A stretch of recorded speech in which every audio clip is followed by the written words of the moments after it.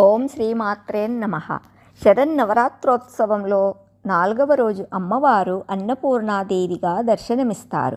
సకల ప్రాణికోటికి ఆహారాన్ని అందించే మాత.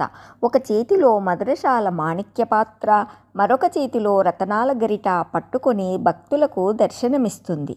ఈ కదిలే జీవన సృష్టికి జీవనాధారం నేనే అనేది అమ్మవారి అంతరార్థం.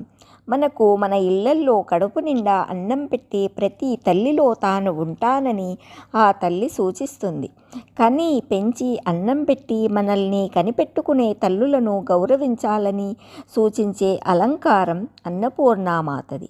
ఈ అమ్మవారికి మల్లె పువ్వులు, పొగడ పువ్వులు పెట్టి పూజించి కొబ్బరి అన్నం, గారెలు, దద్దోజనం నైవేద్యంగా పెట్టాలి.